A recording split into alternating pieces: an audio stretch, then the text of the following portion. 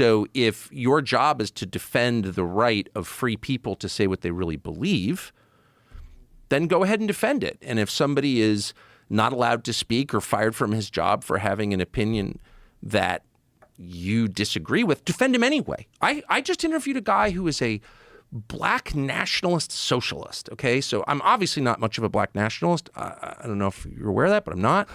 And I'm not a socialist either.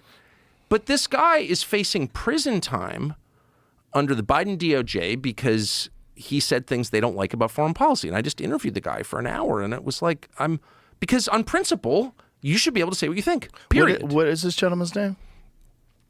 He was actually it turns out I loved him. And I'm embarrassed. I can't. He's a member of a pretty small black nationalist socialist group. It's like the Revolutionary Black Nationalists or something like that. They're out of Southwest Florida, and he's literally facing prison for repeating Russian disinformation. He's not even accused of doing anything. He's accused of saying things the Biden DOJ doesn't like. What were these things that he said? Repeating Russian propaganda about the invasion of Ukraine.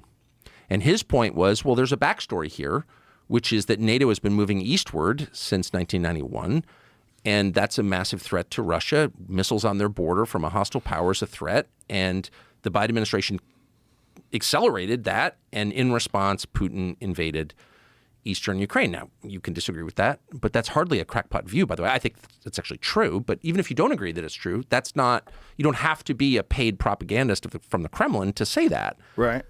I have said it. I'm not a paid propagandist. Is this a gentleman? That's him right there. 4 Americans from a black empowerment organization work with Russian intelligence to spread propaganda, Feds say. To spread propaganda. Now, propaganda, first of all, there's a lot of propaganda. But scroll up a little on that, Jamie, so I can read what this is saying. It's covered up. Oh, okay. Right?